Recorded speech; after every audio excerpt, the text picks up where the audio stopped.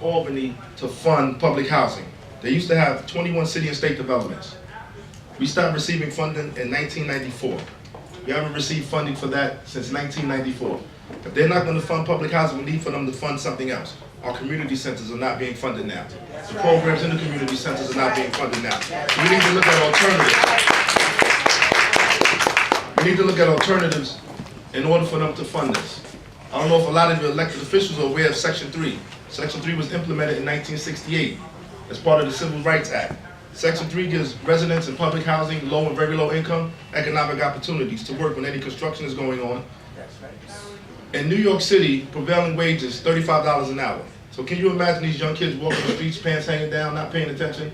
If you can give them a job for $35 an hour, how respectful they would be, how much they would listen to you, and how many of them would follow you.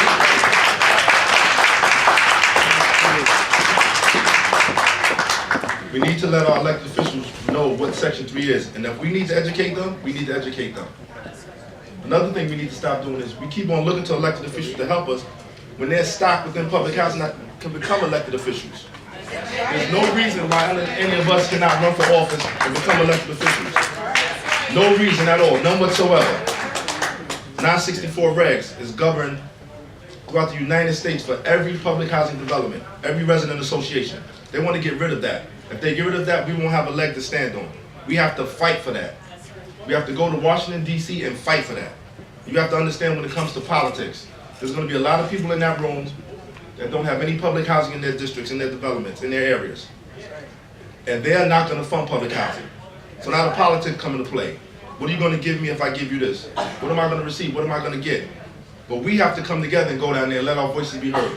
We've gone down there before, we fought for money, and we got money put back on the books. We have to do it again. We have to stand strong.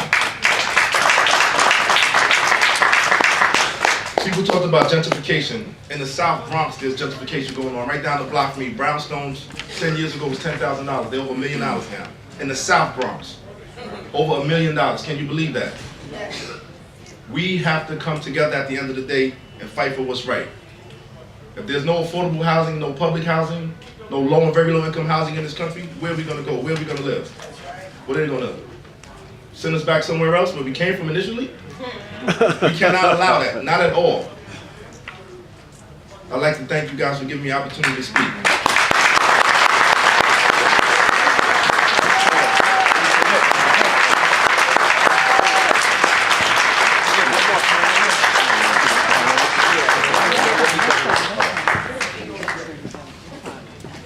And a final member of the panel to speak will be Henry Garrido from DC 37. Oh, God. Good morning. About 3 years ago, we discovered that about 200 families and members of the families of the municipal workforce were living in city shelters. That's right, city shelters.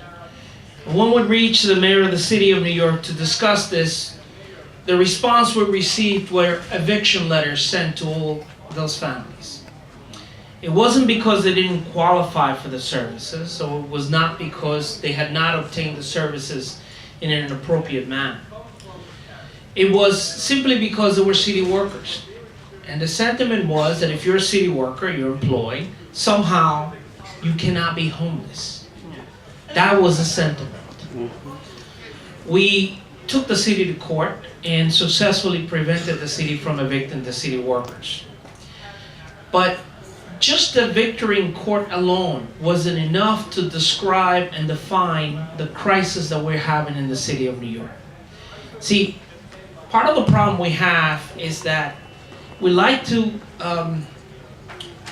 celebrate little victories.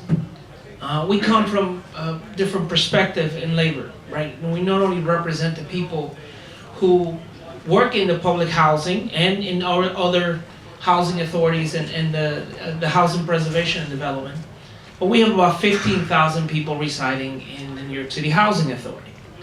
So every year we face this looming budget crisis. It's announced, we go mobilize, we pound the doors, we go to the city council, we get some sort of restoration, usually very inadequate, and we like to call a small victory.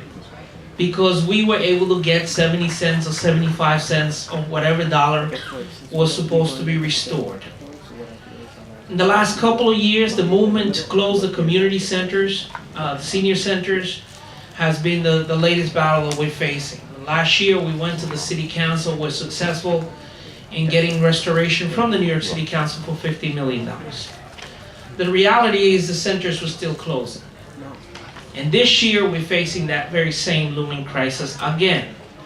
$38 million is needed to maintain community centers and youth centers in the city of New York. But somehow, even though the justification was the cuts that the city was facing from the federal government, the city managed to find $79 million to privatize the very centers that they were closing.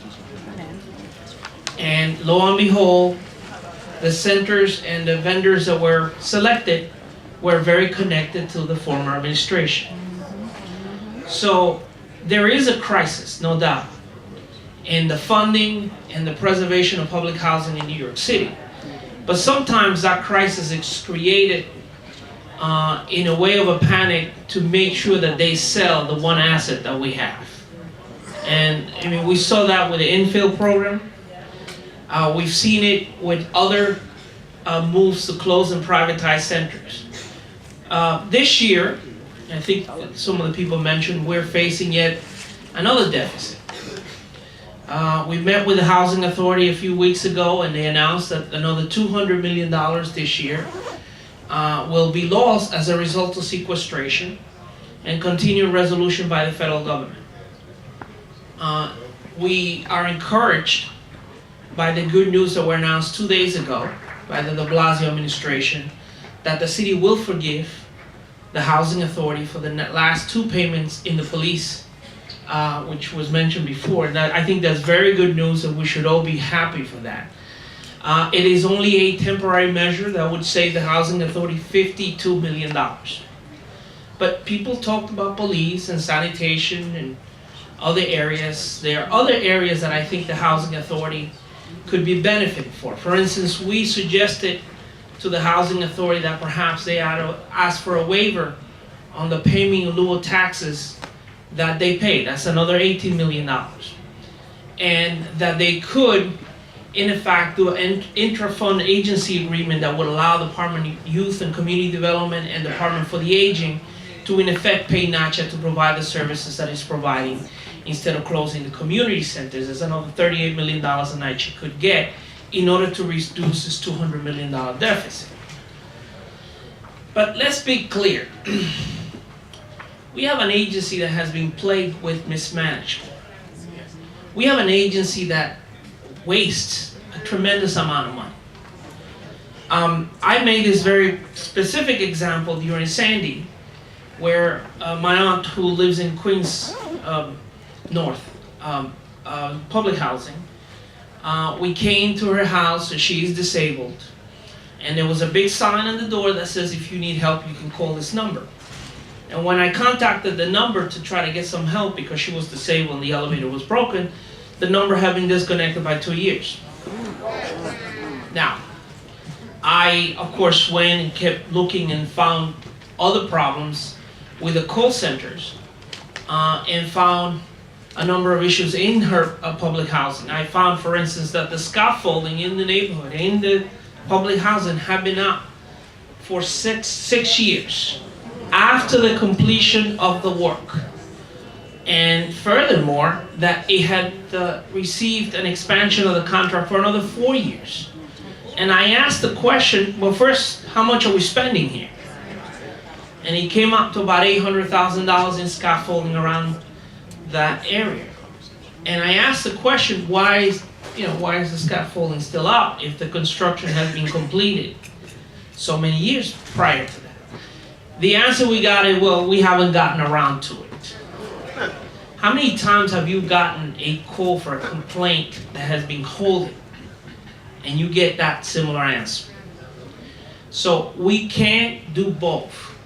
We can still call the crisis that is taking place in our city and the defunding of public housing, but at the same time, we can hold NYCHA accountable for what it doesn't do for its residents. We have a crisis that needs to be addressed. If we don't take care of that crisis, that 200 family list that I talked about in the homeless shelters will indefinitely grow. And we, at least the generation that I represent, we have not fulfilled its mission to provide adequate housing to the people to live in a decent state today. So from the perspective of labor, I always said that labor is very good at arguing about working conditions and contracts and things of that nature. But we need to remind folks that we have $120 billion in the state of New York that is pension money. And a lot of that pension money is going to developers that are creating the same situation, the same luxury problems, and that are evicting, quite frankly, a lot of our very own members. So we have to both sound the horn, but also hold people accountable. And more importantly, hold ourselves accountable. Because if we are going to be true about what we do to be the catalyst for the progressive change that we've seen in the city of New York, we can no longer forgive and forget without holding people accountable for what they have not done. Thank you.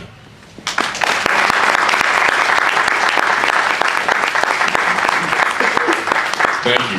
Last but certainly not least, I'm going to introduce to you a colleague of ours, a woman who really needs no introduction. She spent 12 years, before she actually came up to the Assembly, where she serves as the banking chair, and where she has been a member of the Assembly for the past 10 years. She has also served in the City Council for 12 years. And as my brother said, if we want to be a catalyst for change, I can think of no other person to conclude us in our introduction of our panelists than my dear friend, our new Dean of Central Brooklyn Politics, the Honorable Annette Robinson.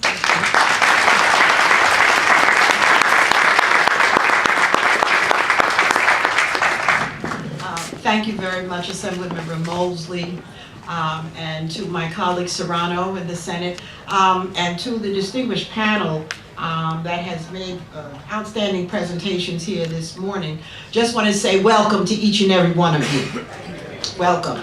I listened quite intently at all of the presentations that were made, and it also gives us, as elected officials, it gives us pause to hear what you're thinking about and what's out there. Our commissioner has spoken in terms of what his role and responsibility is, and we work very closely together. And then in terms of those persons with Wayne and with public housing up in Buffalo, and also with the interests of public housing, and also talking about, and with Ms. Lamb, the world of money. It all circulates right here, and it's all about money. It's all about money. And that's what's so important here, is that we have to learn how to negotiate all of this. And so when we're talking on the Housing Committee, Walter Mosley and I both serve on the Housing Committee of the state of New York. And when you start talking about that, yes, you're correct. When you talk about, we have not had a federal infusion of money for public housing, and the state department has not put any money into housing either, into public housing, that is. But however, I just want to say that Commissioner Towns is doing an extraordinary job in terms of ensuring that we get affordable housing, affordable for us that can afford it with our pocketbooks. That's what it means. I live in Bedford-Stuyvesant, so I know when we talk about gentrification and the brownstones that I paid $19,000 for, house across the street, $999,000, house around the corner, 1.7. So I know and understand exactly what many of you are experiencing, and we have to all fight together. Sometimes people feel that they're doing all right. They feel that they're doing all right and they don't have to fight for anybody else, but we all have to fight together to make sure that we maintain a quality of life that we can afford. Really. I remember many, many years ago, my grandmother went to court. She went to housing court, Sabrina. She went to housing court. But my grandmother was able to speak up and talk for herself, you know? And so what happened, the landlord at that time wanted to increase her rent. And she went down there and made a big fuss about it. because at that time it was like $24 a month. Okay, $24 a month, and they wanted to take it up to like $32. She said that was outrageous, you know. So she went down there and she won her case. That's right, she won her case. But that's why the training that Wayne does in terms of making people aware of what products are available, what you can do to sustain yourself, is information, information, information. Take advantage of it. Lots of times people, our newsletters come out, elected officials' newsletters, they come out to your houses. What do? So you put them in a circular file, those kinds of things. There's a lot of valuable information in those newsletters. Pay attention to them. A lot of valuable information in those newsletters. You need to pay attention to them because they can help keep you where you are. They can help keep you where you are and tell you how to get to somebody. That's what's important. But when we don't pay attention, we don't read the literature, then we're not able to help anybody. Even some of those little circulars that come out from the utility companies, they talk about third party. They talk about third party. Somebody you may know, or you may own your own home, and you may find yourself in a position that you're maybe not able to pay your taxes or water bill. How many of you in here own your own homes? Sometimes people get materials and they don't realize that they have certain kind of obligations to pay taxes, real estate property taxes, and pay your water bill. Now when they become delinquent up to like 3 years, they're coming for your piece of property.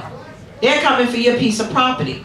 And with that, I also say that sometimes there's circulars involved that come out to you. You got to pay attention. That's for all of us across the board.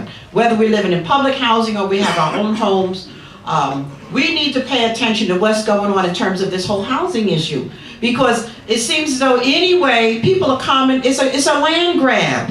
It is a land grab.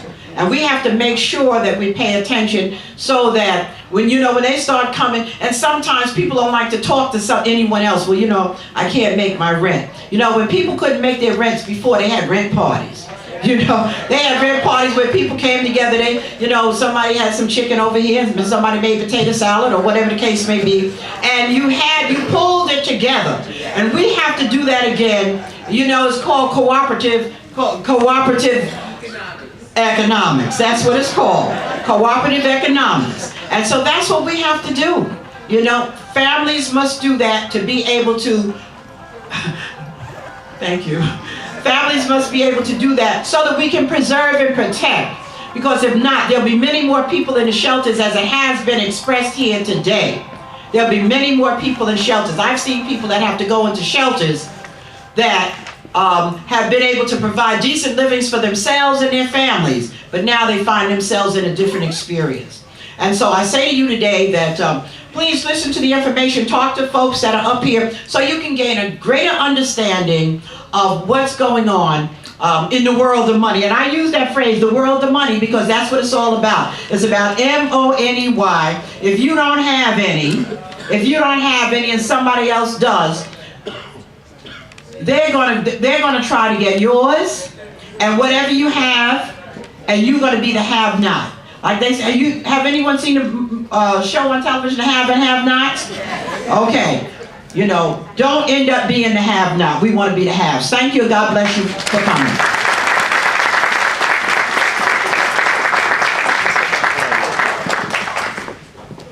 Thank you very much, Assembly Member.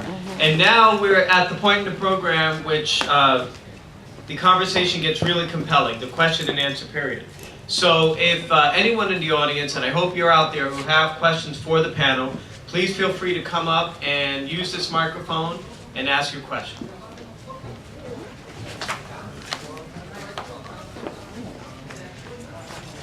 If you're with an organization, state your name and your organization. Come right up. My name is Alfred Grant. I work for the Health and Hospitals Corporation.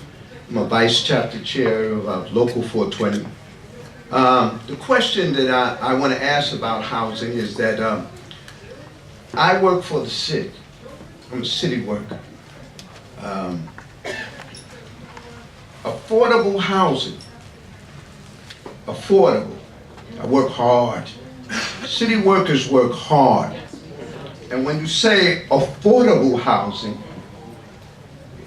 and mind you, I'm only talking in the realm of me being from the union and representing my members. I'm not putting nobody down, but people on public assistance get away with paying the rent and scot-free.